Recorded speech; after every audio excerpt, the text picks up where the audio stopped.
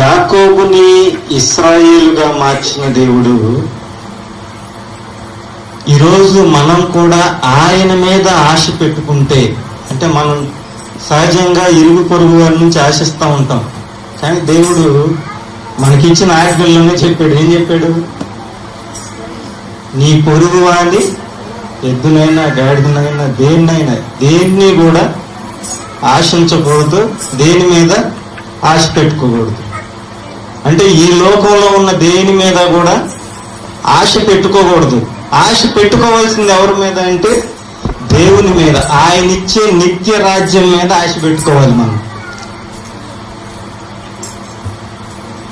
ఆయన ఇచ్చే నిత్య రాజ్యం మీద ఆశ పెట్టుకుంటే అట్లాంటి వాళ్ళు ధన్యులు.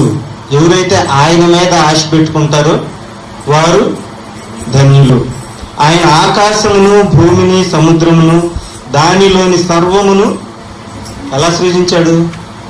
జస్ట్ నోటి మాట, ఒక్క మాట, కలుగునుగాక అంటే సమస్తము కూడా కలుగజేయబడింది.